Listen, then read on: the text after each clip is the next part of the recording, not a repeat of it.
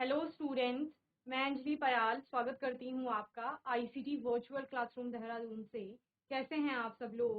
उम्मीद करती हूँ आप सब लोग अच्छे होंगे और अपनी लाइफ में बहुत बेहतर कुछ कर रहे होंगे। आज हम बात कर रहे हैं क्लास 11th की केमिस्ट्री की, और जैसा कि आप लोग जानते हैं यहाँ पर चैप्टर 1 हमारा यहाँ पर चल रहा है, some basic concepts of chemistry, जिसमें आपने सारे टॉपिक लगभग पढ़ लिए हैं। आज के सेशन में क्विक रिवीजन लेंगे आपके चैप्टर का, और उसके बाद हम लोग इस क्वेश्चन आंसर्स करेंगे और फिर सेकंड चैप्टर स्टार्ट करेंगे। ओके, चलिए। तो आज के सेशन में जैसे रिवीजन की बात मैंने की, तो सबसे पहले स्टार्ट कहाँ से हुआ था? मैटर से हुआ था। मैटर क्या है? जिसको आप हिंदी में पदार्थ कहते हैं। तो पदार्थ, हर एक वस्तु आपकी पदार्थ की श्रेणी में आएगी अगर उसमें द्रव्यमान है और वो कहीं पर आयतन रखती है या स्थान घेरती है, तो उसको आपका क्या कहा जाएगा? पदार्थ कहा जाएगा। फिर आपने पदार्थ, क्योंकि आपको अलग अलग प्रकार के दिख रहे हैं, अलग अलग गुण हैं सभी पदार्थों में, भौतिक गुण अलग है, उनके रासायनिक गुण अलग हैं, तो इस आधार पर आप पदार्थों का क्या करते हैं? वर्गीकरण करते हैं।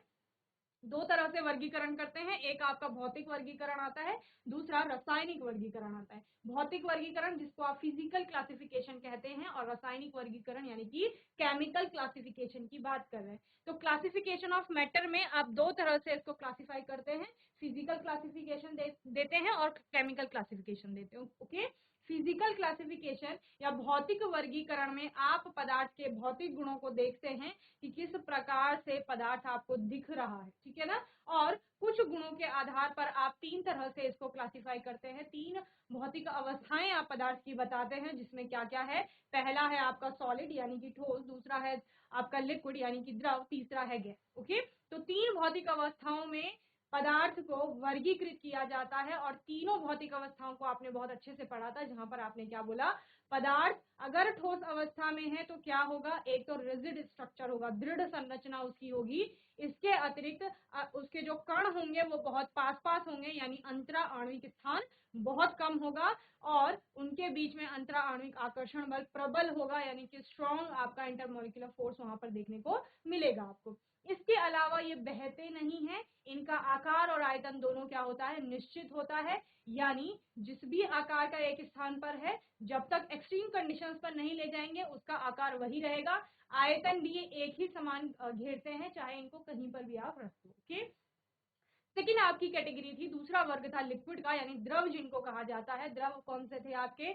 जिनका आकार निश्चित नहीं है लेकिन आयतन उनका निश्चित है। आकार जिस भी कंटेनर में डाले जा रहे हैं, जिस भी बर्तन में डाले जा रहे हैं, उसका आकार ये ग्रहण कर लेते हैं। ओके, इसके अतिरिक्त आपने बोला ये दृढ़ नहीं होते हैं, बहने का गुण इनमें होता है, लेकिन ये केवल एक ही दिशा में बहते हैं। नॉर्मल परिस्थितियों में ऊपर से नीचे की ओर ही ये बहते हैं, ठीक है। इसके अलावा तरलता का गुण आपको इनमें देखने को मिलता है, क्योंकि बह रहे हैं तो तरल हैं। अंतरा आणविक आकर्षण बल जो होता है वो ठोसों की तुलना में कमजोर होता है या दुर्बल प्रकृति का होता है, और वहीं पर अंतरा आणविक स्थान जो है वो ठोसों की अपेक्षा अधिक होता है। तीसरा आपने यहाँ पर देखा, जो तीसरा आपकी वर्ग है जिसको आप गैस कह रहे हैं, तो गैस में आपने उन पदार्थों को रखा जिनका आकार और आयतन दोनों अनिश्चित हैं, यानी कि जिस भी बर्तन में डाले जा रहे हैं उसका पूरा आयतन कवर कर रहे हैं, साथ ही आकार भी उसी का ग्रहण कर रहे हैं। फ्लूडिटी यानी बहने का गुण इनमें पाया जाता है, तरलता का गुण है, सभी दिशाओं में फ्लो करती है, एक कोई फिक्स डायरेक्शन नहीं है फ्लो की, सभी दिशाओं में ये बहते हैं, और इनके कणों की गतिज ऊर्जा बहुत अधिक होती है, रैंडम मूवमेंट कणों के बीच में होता है। इसी वजह से ये कंटेनर की जो वॉल्स होती है उनमें भी प्रेशर एक्सर्ट करती है। ओके, तो ये सारा आपने जो फिजिकल क्लासिफिकेशन है उसको तीन तरह से आपने बांटा, यानी पदार्थों को तीन वर्गों में विभाजित किया जाएगा उनकी भौतिक अवस्था के आधार पर, जहां पर कि हम उनके भौतिक गुण देख रहे थे, और वो क्या क्या होंगे? पहला होगा ठोस, दूसरा द्रव, और तीसरा गैस, यानी कि सॉलिड, लिक्विड और गैसियस स्टेट में आपने पदार्थ को क्लासिफाई किया। ओके, देन केमिकल क्लासिफिकेशन देखते हैं। अब आप पदार्थ का संगठन देखेंगे। संगठन यानी कि वो पदार्थ जो आपको दिख रहा है उसको तोड़कर हम देखेंगे कि इसके अंदर क्या क्या है। तो आपने कहा एक पदार्थ में एक ही समान कण हो सकते हैं, या एक पदार्थ में एक कण के अतिरिक्त भी कोई और कण हो सकता है। तो जिसमें एक समान सारे कण आपको दिखाई दे रहे हैं उसको आप प्योर कह देते हैं, यानी शुद्ध, उसमें किसी भी प्रकार का दूसरा कोई कण नहीं है, तो वो शुद्ध पदार्थ आएगा। दूसरा, अगर एक कण के अतिरिक्त किसी दूसरे पदार्थ का कण भी वहां पर आपको दिखाई दे रहा है तो उसको मिक्सचर यानी कि मिश्रण कहा जाएगा। ओके, तो इस प्रकार से आप केमिकल क्लासिफिकेशन यानी रासायनिक वर्गीकरण में पदार्थ को दो तरह से विभाजित करते हैं। पहला आता है आपका शुद्ध पदार्थ और दूसरा आता है आपका मिक्सचर यानी कि मिश्रण जिसे आप कहते हैं। ठीक है, तो प्योर कंपाउंड्स में अब आपने उन कणों को देखना है कि जो समान दिख रहे हैं वो क्या क्या हो सकते हैं। आपने कहा एक पदार्थ ऐसा है जिसमें आपको समान परमाणु दिख रहे हैं तो वो हमारा तत्व हो, अणु भी हो सकता है। जैसे आप किसी अणु की बात कर रहे हैं, तो हाइड्रोजन आपका एक तत्व है तो उसका अणु भी देखने को आपको मिलता है। H2 आप जब बोलते हैं उसको तो उसमें सारे जो परमाणु होंगे वो हाइड्रोजन के ही होंगे, तो तत्व आपका एक समान परमाणुओं से मिलकर के बना हो। इसके अलावा जब आप यौगिक की बात करते हैं, दूसरा आपका प्योर सब्सटेंस में या शुद्ध पदार्थ में क्या आता है, यौगिक, दूसरा भाग। तो यौगिक में क्या होता है, सारे जो कण हैं वो अणु होंगे और सारे अणु एक समान होंगे। जैसे आप जल की बात कर रहे हैं, जल आपका यौगिक है लेकिन उसमें सारे अणु किसके हैं, जल के ही अणु। जब आपने हाइड्रोजन की बात की कि वो तत्व है तो उसमें सारे परमाणु सिर्फ हाइड्रोजन के, तो कोई अन्य तत्व का या आप क्या कह रहे हो किसी अन्य पदार्थ का कण नहीं है वहां पर, इसलिए ये शुद्ध पदार्थ की श्रेणी में आ रहे हैं। तो शुद्ध पदार्थ जो कि केमिकल क्लासिफिकेशन के अंतर्गत आप पढ़ रहे हैं, रासायनिक वर्गीकरण के अंतर्गत पढ़ रहे हैं, तो उस शुद्ध पदार्थ को फर्दर क्लासिफाई किया गया एलिमेंट्स और कंपाउंड्स में। ठीक है, एलिमेंट्स जो सेम टाइप ऑफ एटम से मिलकर के बन रहे हैं और कंपाउंड जो सेम टाइप ऑफ मॉलिक्यूल से मिलकर के बन रहे हैं। ओके, तो इस तरह से हमने एलिमेंट को, कंपाउंड को पढ़ा। एलिमेंट को आप फर्दर क्लासिफाई करते हैं किस किस में, metals, non metals and metalloids में। ओके, उनकी भी आपने प्रॉपर्टीज पढ़ी हुई हैं, फिजिकल भी और केमिकल भी। ठीक है, कंपाउंड आपका नेक्स्ट है जिसमें आपने क्या बोला कि जब आप तत्व या तत्वों के परमाणु आपस में जुड़ेंगे तो जुड़ करके एक नया पदार्थ बनाएंगे जिसको हम यौगिक कहते हैं। यौगिक में हमेशा तत्वों के परमाणु जो होते हैं एक निश्चित द्रव्यमान के अनुपात में जुड़ते हैं और तभी उस कंपाउंड का क्या होता है, फॉर्मेशन होता है। ओके, कंपाउंड आपको यहाँ पर भी दो तरह से दिखाई देंगे, एक इनऑर्गेनिक कंपाउंड होते हैं, एक ऑर्गेनिक कंपाउंड होते हैं। ओके, देन सेकंड जो पार्ट है इसका केमिकल क्लासिफिकेशन में जिसको आपने मिक्सचर कहा यानी कि मिश्रण, वो मिश्रण क्या है, जब एक कण के अतिरिक्त दूसरा कण आ गया है तो उसको आप मिश्रण कह देंगे। ओके, यानी कि कोई भी चीज है आपके पास, जैसे जल है आपके पास, तो जल में आपने क्या बोला, जल तो हमारा मैम शुद्ध पदार्थ है। क्यों, क्योंकि वो कंपाउंड है, उसमें सारे जो मॉलिक्यूल्स हैं वो जल के ही, सारे अणु जल के। लेकिन मैं कह रही हूँ मैंने उसमें चीनी डाल, तो अब जल के अणुओं के अतिरिक्त चीनी के अणु या चीनी के कण जो है वो भी वहां पर आ गए हैं, तो दो प्रकार के क्या हो गए हैं, कण हो गए। तो इसको अब क्या कहा जाएगा आपका, इसको मिश्रण कहा जाएगा यानी कि मिक्सचर। ओके, मिक्सचर भी आपके दो टाइप के होते हैं, एक होमोजीनस मिक्सचर आता है, एक हेटेरोजीनस मिक्सचर आता है, यानी समांग मिश्रण और विसमांग मिश्रण। समांग मिश्रण क्या है, जैसे नाम से ही समझ आ रहा है, समांग, समान अंगी मिश्रण इसको कहा जाता है। तो ऐसा मिश्रण जिसमें पूरे मिश्रण में जो कंपोजिशन है वो through out the sample same होता है या यूनिफॉर्म कंपोजिशन आपको देखने को मिलता है, उसको आपका होमोजीनस मिक्सचर कहा जाता है। ओके, वहीं पर हेटेरोजीनस मिक्सचर में आपको नॉन यूनिफॉर्म कंपोजिशन देखने को मिलता है, यानी थ्रू आउट द सैंपल आपको कंपोजिशन सेम नहीं है वहां पर। अब कंपोजिशन से क्या तात्पर्य है, कंपोजिशन से तात्पर्य है जब आपने पानी में चीनी ऐड की ना, तो चीनी आपका पूरा सैंपल में कितना आपको देखने को मिल रहा है। आप कह रहे हो कि मैम मैंने पानी में चीनी को बहुत अच्छे से घोला, तो जब मैंने ऊपर का सिर्फ टेस्ट किया, ऊपर का पार्ट टेस्ट किया, तो जितना मीठा ऊपर का पार्ट था, जब मैंने नीचे वाला लास्ट जो पोर्शन बचा उसका वो भी टेस्ट किया तो सेम मिठास थी। तो मिठास से तात्पर्य है कि चीनी वहां पर एक समान रूप से घुली हुई है, यानी कंपोजिशन या संगठन जिसे आप कह रहे हैं वो संगठन यहाँ पर क्या है, समान है। तो कैसा मिक्सचर होगा, होमोजीनस मिश्रण होगा, चाहे चीनी का पानी के साथ कहो या नमक का पानी के साथ कहो, तो ये होमोजीनस मिक्सचर बनाता है।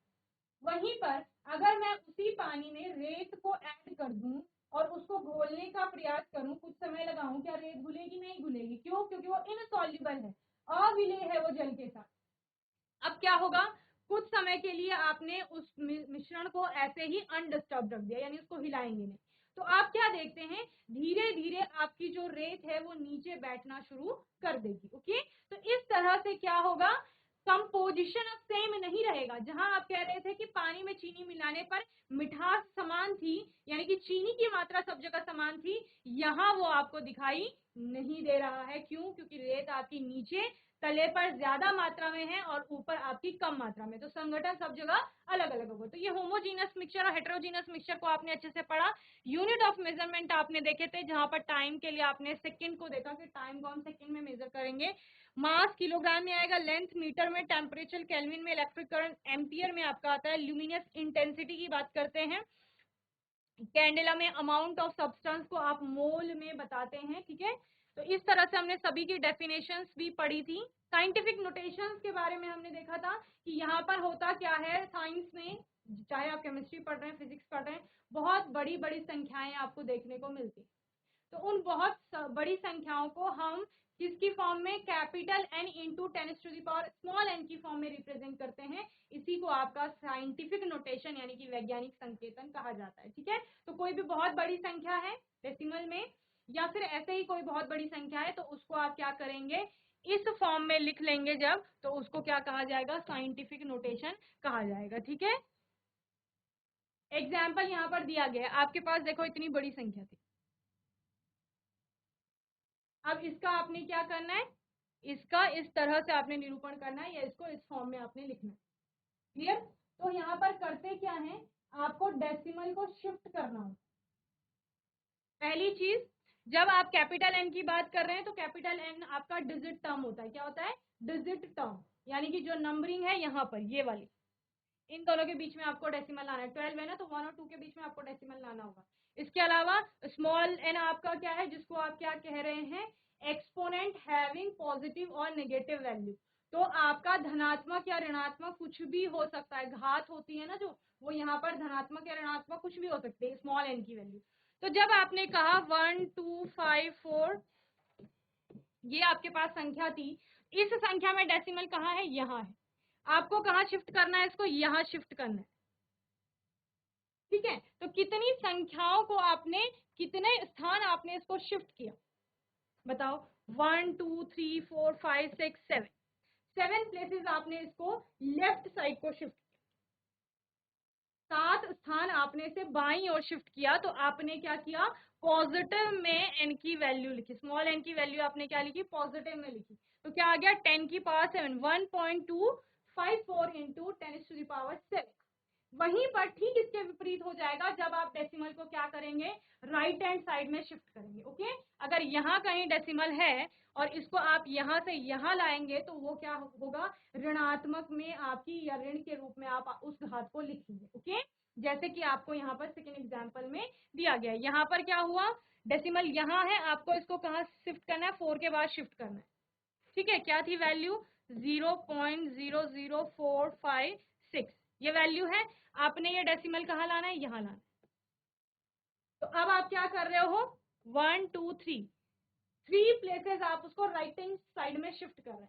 तो अब आपकी जो एक्सपोनेंट की वैल्यू आप बोल रहे हैं वो कैसी आएगी, नेगेटिव में आएगी। इसलिए यहाँ पर क्या लिखा गया है, 4.56 इंटू 10⁻⁻3। तो इस तरह से आप साइंटिफिक नोटेशंस बना लेंगे। फिर हमने इनका क्या देखा था कि किस तरह से हम इन पर मैथमेटिकल ऑपरेशंस करते हैं, मल्टीप्लाई कैसे करेंगे, डिवीजन कैसे करेंगे। तो मल्टीप्लाई करने पर आपकी जो घातें होती है वो क्या होती हैं, जुड़ जाती हैं। देखिए यहाँ पर था 10⁻3, ये 10⁻⁻7, 10 की घात 3 और 10 की घात -7। बाकी होना क्या है, बाकी जो डिजिट टर्म है उसका तो मल्टीप्लीकेशन होना है, क्योंकि हम किसकी बात कर रहे हैं, मल्टीप्लीकेशन की बात कर रहे हैं, गुणा की बात कर रहे हैं। तो यहाँ पर 7 और 8 की तो गुणा कर दी, लेकिन घातें आपस में क्या हो जाएंगी, जुड़ जाएंगी, जैसा आपने पढ़ा।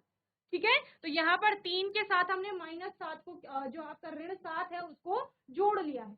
ठीक इसका उल्टा किस में हो जाता है, भाग में हो जाता है। वहां पर क्या होता है, डिजिट टर्म का तो आप भाग ही करोगे, लेकिन जो आपका घातें आएंगी वो घट जाती हैं आपस में। इसलिए यहाँ पर क्या किया गया, 3 से अगर आप -7, एक जगह 10 की घात 3 है, एक जगह 10 की घात -7 है, तो आपने क्या किया, 10 की घात 3 को ऋण कर दिया 10 की घात -7 से। ओके, इस तरह से। देन एडिशन और सब्ट्रैक्शन में आप क्या कहते हैं कि हमें एडिशन भी करना है और सब्ट्रैक्शन भी करना है, जोड़ना भी है, घटाना भी है, लेकिन हमें वहां पर करना क्या है, पहले घातों को समान कर लेना है। घातें हम समान कर लेंगे, उसके बाद हम जोड़ेंगे या फिर घटाएंगे। जैसे एक जगह 10 की घात 3 थी और एक जगह क्या है 10 की घात 5, तो आपने दोनों जगह क्या कर लिया है, यहाँ पर 10 की घात 3 कर लिया है।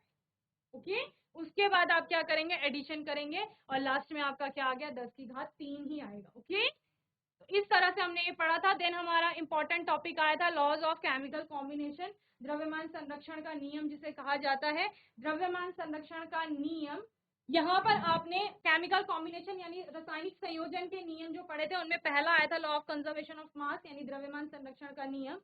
तो रासायनिक संयोजन के नियम जो है वो आपके सभी जितनी भी रासायनिक अभिक्रियाएं हो रही हैं वो क्या करती हैं, इन नियमों का पालन करती हैं। ठीक है, इसमें आपने सारे लॉज पढ़े थे, जिसमें से पहला आया था laws of conservation of mass यानी द्रव्यमान संरक्षण का नियम। द्रव्यमान संरक्षण का नियम क्या कहता है, जैसे नाम से ही समझ आ रहा है, द्रव्यमान संरक्षित है यानी कि ना ही कम हो रहा है ना ही बढ़ रहा है। ओके, और कब, जब भी कोई रासायनिक अभिक्रिया हो रही, तो कोई रासायनिक अभिक्रिया होगी उसमें द्रव्यमान आपका प्रभावित नहीं होता है। अभिकारकों का जो द्रव्यमान रहता है वो उत्पादों के कुल द्रव्यमान के बराबर रहता है। यानी जब द्रव्यमान में कमी नहीं आ रही है यानी द्रव्य नष्ट नहीं हो रहा है। द्रव्य का मतलब क्या है, पदार्थ। ओके, और वहीं पर जब द्रव्यमान में बढ़ोतरी नहीं हो रही है तो यानी आपका जो द्रव्य है वो उत्पन्न भी नहीं हो रहा है। तो ना ही वो उत्पन्न हो रहा है ना ही वो नष्ट हो रहा है, बस वो एक फॉर्म से दूसरी फॉर्म में क्या हो रहा है, चेंज हो रहा है। तो आप क्या कहते हैं, द्रव्यमान संरक्षण का नियम कहता है द्रव्य ना ही नष्ट होता है ना ही उत्पन्न होता है, वहीं किसी भी रासायनिक अभिक्रिया के लिए अभिकारकों का कुल द्रव्यमान जो है वो उत्पादों के कुल द्रव्यमान के बराबर होता है। ठीक है, ये नियम आपका एंटोनी एल लेवोजियर के द्वारा दिया गया था। ठीक है, जिसमें आप कहते हैं it states that the total mass of reactant is equal to the total mass of the product. Okay, यानी कि अभिकारकों का कुल द्रव्यमान जो होता है वो उत्पादों के कुल द्रव्यमान के बराबर। ओके, पहला लॉ ये आपका। सेकेंड लॉ क्या था, लॉ ऑफ डेफिनिट प्रोपोर्शन या कांस्टेंट प्रोपोर्शन जिसे आप कहते हैं, यानी स्थिर अनुपात का नियम। ओके, स्थिर अनुपात का नियम क्या कहता है आपका, कि कोई भी जो कंपाउंड बन रहा है, कोई भी, जैसे आप कह रहे हो कि H2O बन रहा है, H2O में क्या क्या है, हाइड्रोजन और ऑक्सीजन, दो परमाणु हाइड्रोजन के हैं एक ऑक्सीजन का है, दोनों आपस में क्या हो रहे हैं, कंबाइन। वो किसी भी विधि से बनाया जाए, किसी भी स्रोत से आप उसको ले रहे हैं, आपने टैप वाटर ले लिया, आपने नदी का जल ले लिया, आपने समुद्र से पानी को ले लिया, आपने बारिश का पानी ले लिया, सभी जगह आप जल की बात कर रहे हैं। हमेशा उसका जो केमिकल फॉर्मूला होगा या मॉलिक्यूलर फॉर्मूला होगा वो क्या होगा, H2O ही होगा। और जब आप परमाणुओं की बात करते हैं तो हमेशा हाइड्रोजन के दो परमाणु एक ऑक्सीजन के परमाणु से कंबाइन होकर वाटर फॉर्म करें। ठीक है, यहाँ पर हम उसी स्थिर अनुपात की बात कर रहे हैं कि रासायनिक अभिक्रिया में जब वो आपस में मिलेंगे तो उनका क्या होगा, एक निश्चित अनुपात। क्लियर है, चाहे आप उसको किसी भी विधि से बना रहे हो। Okay, this law state that a chemical compound is always found to be made of same elements combined together in fixed proportion by weight। जैसे मैंने किसकी बात की, मैंने परमाणुओं के अनुपात की बात बताई आपको कि परमाणु आपका क्या होते हैं, एक निश्चित अनुपात में जुड़ते हैं। जब परमाणु आपके निश्चित हैं तो उनका अनुपात भी क्या होगा, आपका निश्चित होगा। ठीक है, यानी आप तत्वों की बात कर रहे हैं, जैसे आपने कहा कि मैम H2O है। ठीक है, H2O में हमारा क्या है, हाइड्रोजन और ऑक्सीजन ही है, हमेशा यही रहेगा। जब भी आप किसी एक अणु जल की बात करेंगे तो H2O ही रहेगा। वहीं पर जब आप इसके द्रव्यमान की बात करेंगे, ठीक है, तो हाइड्रोजन का क्या हो जाएगा, आणविक परमाणु द्रव्यमान एक होता है, दो हाइड्रोजन है तो 2 हो जाएगा। अनुपात हमने दोनों तत्वों का देखना है, हाइड्रोजन और ऑक्सीजन का। ऑक्सीजन का कितना होता है, एक ऑक्सीजन है तो 16 हो जाएगा, तो 2:16, 2:16 यानी क्या आ जाएगा, 1:8। तो यानी जब भी जल बनेगा 1:8 के अनुपात में हाइड्रोजन और ऑक्सीजन आपस में कंबाइन होंगे तब आपका जल बनेगा। ओके, यानी कि अगर 1 ग्राम आपके पास हाइड्रोजन है तो वो जल बनाने के लिए उस 1 ग्राम से पूरा अगर आपको जल बनाना है तो उसके लिए आपको रिक्वायरमेंट होगी 8 ग्राम 1 ग्राम आपके पास हाइड्रोजन है तो उसके साथ आपको 8 ग्राम ऑक्सीजन चाहिए, तभी आपका क्या बनेगा, जल बनेगा, ठीक है ना। तो इस तरह से आप स्थिर अनुपात के नियम की बात करते हैं। यहाँ पर कार्बन डाइऑक्साइड का एग्जाम्पल भी दिया गया है, CO2 can be prepared by number of methods but always 12 gram carbon react with 32 gram of oxygen. Okay, क्या कहा गया है यहाँ पर, CO2 आपका जब भी बन रहा है, कार्बन डाइऑक्साइड आपका बन रहा है, बहुत सारी विधियों से उसको बनाया जा सकता है, लेकिन जब भी कार्बन डाइऑक्साइड बनेगी तो कार्बन और ऑक्सीजन के द्रव्यमान का अनुपात हमेशा स्थिर रहेगा, जिसको आप डेफिनेट या कांस्टेंट कह रहे हैं, चाहे आप उसको किसी भी विधि से बना रहे हैं, हमेशा आपका क्या देखने को मिल रहा है, 12 ग्राम कार्बन जो है वो 32 ग्राम ऑक्सीजन से जुड़ रही है। ओके, चलिए, तो यहाँ पर हमने द्रव्यमान संरक्षण का नियम पढ़ा, फिर हमने स्थिर अनुपात का नियम पढ़ा जिसको जोसेफ प्राउस द्वारा दिया गया था, ठीक है। तीसरा आपका है गुणित अनुपात का नियम। गुणित अनुपात का नियम आपका क्या कह रहा है, जब दो तत्व मिलकर दो या दो से अधिक रासायनिक यौगिक बनाते हैं तो उनमें से एक तत्व का जो भार होता है, जो आपका दूसरे तत्व के निश्चित भार से जुड़ता है, वो तत्व के जो परमाणु है उनका आपका निश्चित अनुपात, वो तत्व जो होता है उनके भार का अनुपात क्या होता है, आपका एक पूर्ण संख्या के रूप में आपको देखने को मिलता है। क्या समझे इससे, क्या कहा गया, जब दो तत्व मिलकर दो या दो से अधिक रासायनिक यौगिक बनाएंगे, तत्व आपके दो ही हैं। जैसे यहाँ पर एग्जांपल दिया गया है कार्बन और ऑक्सीजन का, क्या कहा मैंने, दो ही तत्व हैं, एक कार्बन है एक ऑक्सीजन है, ये मिलकर के दो या दो से अधिक यौगिक बना सकते हैं। यहाँ पर दो यौगिक दिए गए हैं, एक CO है और एक CO2 है, एक कार्बन मोनोऑक्साइड है एक कार्बन डाइऑक्साइड है, दो यौगिक बन गए। अब क्या कहा जा रहा है, जब एक तत्व दूसरे तत्व के निश्चित द्रव्यमान से जुड़ता है, निश्चित द्रव्यमान कैसा है, क्योंकि कार्बन के दोनों जगह सेम परमाणु है, एक एक परमाणु, तो वो क्या करते हैं, दूसरा तत्व कौन सा, ऑक्सीजन, ऑक्सीजन की बात की जा रही है कि ऑक्सीजन दूसरे तत्व के निश्चित द्रव्यमान से जुड़ता है, तो इसके जो द्रव्यमानों का अनुपात होगा वो पूर्ण संख्या के रूप में दिखाई देगा, ठीक है ना, या पूर्ण संख्या के रूप में आपको दिखता है, साधारण पूर्ण संख्या के रूप में।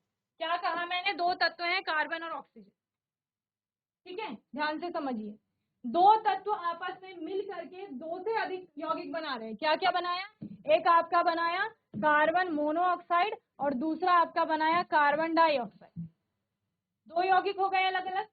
अब क्या कहा जा रहा है, एक तत्व जो दूसरे तत्व के निश्चित अनुपात द्रव्यमान से जुड़ रहा है, एक तत्व ये वाला ऑक्सीजन जो दूसरे तत्व के निश्चित द्रव्यमान से जुड़ रहा है, निश्चित द्रव्यमान क्योंकि एक ही परमाणु है कार्बन का यहाँ पर, तो कार्बन का परमाणु द्रव्यमान 12, यहाँ पर भी कितना 12, तो दोनों जगह क्या है, फिक्स्ड है आपका वेट एक तत्व का।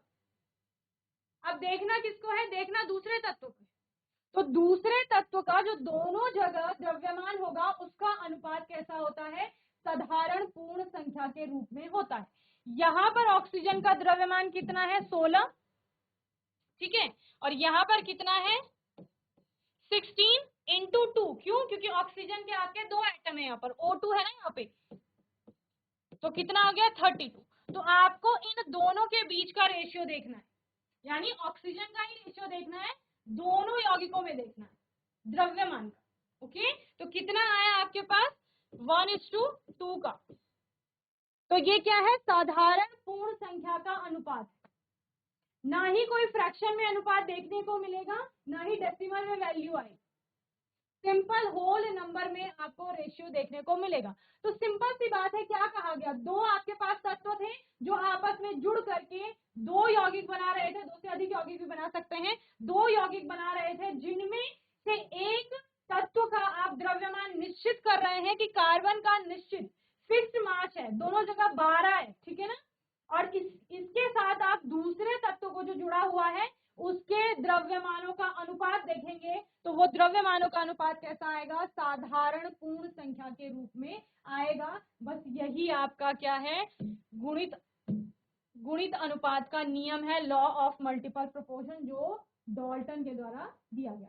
ओके, क्लियर है इतना, किसी और का एग्जाम्पल भी ले सकते हो आप। जब हमने चैप्टर पहले पढ़ा था तो मैंने आपको नाइट्रोजन और ऑक्सीजन के बीच में इतने सारे कंपाउंड दिखाए थे, ठीक है ना, तो उन सभी का हमने द्रव्यमानों का एक अनुपात देखा था कि सब जगह नाइट्रोजन तो फिक्स है, लेकिन ऑक्सीजन के अलग अलग द्रव्यमान हो रहे हैं, तो द्रव्यमानों का अनुपात जो था वो साधारण पूर्ण संख्या के रूप में आ रहा था। ओके, नेक्स्ट आपका गैलुसाक का गैसीय आयतन संबंधी नियम, ये नाम से ही समझ आ रहा है, तो गैलुसाक के द्वारा दिया गया था। तो इन्होंने क्या कहा, he observed that when gases combine or are produced in a chemical reaction, they do so in a simple ratio by volume, provided all gases are at the same temperature and pressure। ठीक है, क्या कहा, जब भी किसी रासायनिक अभिक्रिया में क्या होती हैं, गैसें उत्पन्न हो रही हैं या फिर गैसें कंबाइन हो रही हैं आपस में, तो उनका जो आयतन होता है वो सरल अनुपात में ऐसा करती हैं, या वो सरल अनुपात में आपको देखने को मिलेगी। ठीक है ना, जैसे यहाँ पर क्या कहा गया कि हाइड्रोजन और क्लोरीन जो है वो आपस में जुड़ करके HCl बनाती हैं, तो उनका जो वहां पर क्या होगा, आयतन होगा, वो सरल अनुपात में आपको देखने को मिलेगा, यानी आधा नहीं होगा, डेसिमल नहीं होगा, फ्रैक्शन नहीं होगा। क्लियर। एवोगैड्रोस लॉ था आपका फिफ्थ, जो 1811 में एवोगैड्रो द्वारा दिया गया था। उन्होंने क्या कहा कि सेम टेम्परेचर पर आपका that equal volumes of all gases at the same temperature and pressure should contain equal number of molecules. इसमें मैंने आपको बहुत अच्छा एग्जांपल दिया था। क्या कहा गया है कि जब आपका समान तापमान और समान दाब पर सभी गैसों की समान मात्रा में समान संख्या में अणु होते हैं, यानी आपने टेम्परेचर और प्रेशर को फिक्स कर लिया है, साथ ही आपने क्या किया है, गैसों का आयतन एक समान लिया है, समान मात्रा ली है, तो उसमें जितने उनके अणु होंगे वो भी समान। क्लियर। मैंने नाइट्रोजन भी ले ली है और ऑक्सीजन भी ले ली, टेम्परेचर और प्रेशर मैंने दोनों के लिए फिक्स कर दिया है कि समान तापमान और समान दाब पर दोनों हैं। मैं कह रही हूं आयतन भी दोनों के समान है, 1-1 लीटर मैंने दोनों गैसेज ली, तो उनमें जो क्या होगी, संख्या होगी अणुओं की, वो भी क्या होगी, समान होगी। ओके, यही बस एवोगैड्रो का नियम कहता है। ओके, देन आपने डाल्टन्स एटॉमिक थ्योरी पढ़ी, जिसमें कि आपका मैटर को अब तोड़कर देखा जा रहा था कि वो किससे मिलकर के बना हुआ है। तो आपने कहा एक स्मॉलेस्ट पार्टिकल होता है, इंडिविजिबल पार्टिकल, जिसको हम लोग एटम कहते हैं, यानी कि परमाणु। उस परमाणु के बारे में उन्होंने बताया, उन्होंने उसको क्या कहा था, अविभाज्य कण कहा था। इसके अलावा उन्होंने क्या बोला, एटम्स, किसी भी जो तत्व के आप एटम्स को देख रहे हैं, यानी परमाणुओं को देख रहे हैं, वो सारे आइडेंटिकल होते हैं नेचर में, यानी एक समान होंगे। और जब आप अलग अलग तत्वों के परमाणुओं को देखते हैं तो वो एक दूसरे से क्या होते हैं, भिन्न होते हैं। द्रव्यमान संरक्षण के नियम के बारे में भी यहाँ पर थोड़ा बताया गया था, जिसमें कि यानी कि वो कह रहे हैं कि जब कंपाउंड कोई फॉर्म हो रहा है तो परमाणु वहां पर द्रव्यमान के एक निश्चित अनुपात में मिल रहे हैं। ठीक है, और एटम को आपका ना ही उत्पन्न किया जा सकता है और ना ही उसको नष्ट किया जा सकता है। ओके, इसकी हमने लिमिटेशंस भी देखी थी, क्योंकि उन्होंने अविभाज्य कण इसको बोला था, तो इलेक्ट्रॉन, प्रोटॉन, न्यूट्रॉन के बारे में इसमें बात नहीं की गई थी। क्लियर। चलिए, एटॉमिक मास और मॉलिक्यूलर मास आपको पता ही है, ये हमने पढ़ लिया था। मोल, केमिकल फॉर्मूला, एम्पिरिकल फॉर्मूला समझ लिया था। रिलेशनशिप दोनों के बीच में देखा था। मेजरमेंट ऑफ कॉन्सेंट्रेशन, जो कि बहुत इंपॉर्टेंट टॉपिक है आपका, कि सांद्रताओं का मापन आप कैसे करेंगे, वो हम लोगों ने देखा था। तो सबसे पहले आपने वेट परसेंट की बात की थी, मास परसेंट भी आप इसको कहते हैं, द्रव्यमान प्रतिशत या भार प्रतिशत इसको कहा जाता है, जहां पर जिस भी अवयव का आपको द्रव्यमान प्रतिशत निकालना है, उसका द्रव्यमान बटे विलियन का द्रव्यमान गुणा 100 से गुणा क्यों कर रहे हैं, क्योंकि प्रतिशत की बात कर रहे हैं। ओके, इसके हमने न्यूमेरिकल किए थे। वॉल्यूम परसेंट, यानी कि आयतन प्रतिशत जिसको कहा जाता है। अब द्रव्यमान के स्थान पर आप आयतन ले लेंगे, जिस भी अवयव का आपको आयतन प्रतिशत निकालना है, उसका आयतन बटे विलियन का आयतन गुणा 100 आयतन प्रतिशत निकल जाएगा। ओके, मोलरता यानी मोलैरिटी के बारे में हम लोगों ने पढ़ा था। मोलैरिटी आपका क्या होता है, किसी भी विलियन में विलेय की, जो आप कह रहे हो कि 1 लीटर हम विलियन ले रहे हैं सब, ठीक है, 1 लीटर विलियन में हम देख रहे हैं कितने विलेयों की संख्या है, मोलों की संख्या विलेय की। ओके, वही उस विलियन की मोलरता कहलाएगा। तो यानी विलेय के मोलों की संख्या बटे विलियन का आयतन क्या हो जाएगा, मोलरता हो जाएगा उस विलियन की। तो हमने क्या बोला, जैसे आपने यहाँ पर एक विलियन बनाया था, आपके पास क्या था, आपके पास पानी था, आपने उसमें चीनी ऐड कर दी, तो ये क्या बन गया, विलियन बन गया आपका। अब आपने क्या किया, इस विलियन से 1 लीटर विलियन उठा लिया, अब इस 1 लीटर विलियन में आपने क्या करना है, चीनी के मोलों की संख्या गिननी है कि चीनी के मोलों की संख्या कितनी है। तो जितनी वहां पर विलेय के मोलों की संख्या है वही आपका उस विलियन की क्या हो जाएगी, मोलरता हो जाएगी।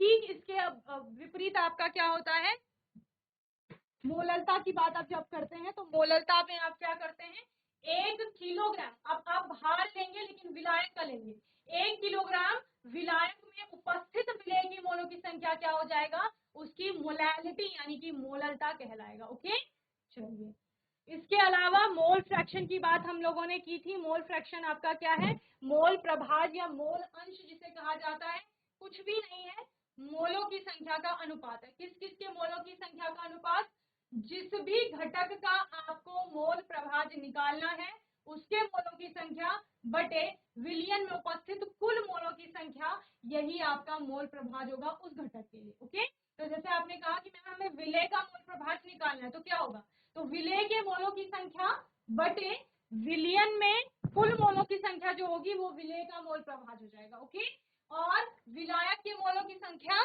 बटे विलियन में कुल उपस्थित मोलों की संख्या आपका क्या हो जाएगा, विलायक का मोल प्रभाज हो जाएगा। इन दोनों के बीच में आपने देखा भी था कि विलेय का मोल प्रभाज और विलायक का मोल प्रभाज जो होगा उन दोनों को ऐड करेंगे तो उसकी वैल्यू 1 के बराबर। क्लियर, और मोलों की संख्या कैसे निकालते हो, किसी भी अगर आपको कंपोनेंट के मोलों की संख्या निकालनी है तो कैसे निकालो, तो जितना उसका दिया गया द्रव्यमान होगा, सपोज आपको बोला है कि इतने ग्राम नमक आपको दे दी गई, 5 ग्राम नमक दे दी, ठीक है, तो 5 ग्राम नमक क्या है, दिया गया द्रव्यमान है आपको, लेकिन उस नमक का अपना एक आणविक द्रव्यमान होता है, मोलर द्रव्यमान भी आप जिसको कह रहे हैं। तो आप दिए गए द्रव्यमान को उसके आणविक द्रव्यमान से विभाजित करते हैं तो आपको उसके मोलों की संख्या पता चल जाती है। क्लियर है, चलिए तो ये मोल प्रभाज हो गया था। इसके बाद हमने स्टोइकियोमेट्री के बारे में पढ़ा था, ठीक है, तो यहां तक आप चैप्टर को अच्छे से रिवाइज कर लेंगे। बोलो समझ में आया, ठीक है, बाकी आपका कोई भी डाउट होगा, क्वेश्चन होगा तो आने वाले सेशन में आप लोग पूछ लेंगे। आज हमने रिवाइज किया चैप्टर को क्योंकि चैप्टर को हम बहुत अच्छे से पढ़ चुके हैं। आने वाले सेशन में हम इसके क्वेश्चन आंसर्स पे बात करेंगे और तब तक के लिए आईसीटी वर्चुअल क्लासरूम से जुड़ने के लिए धन्यवाद।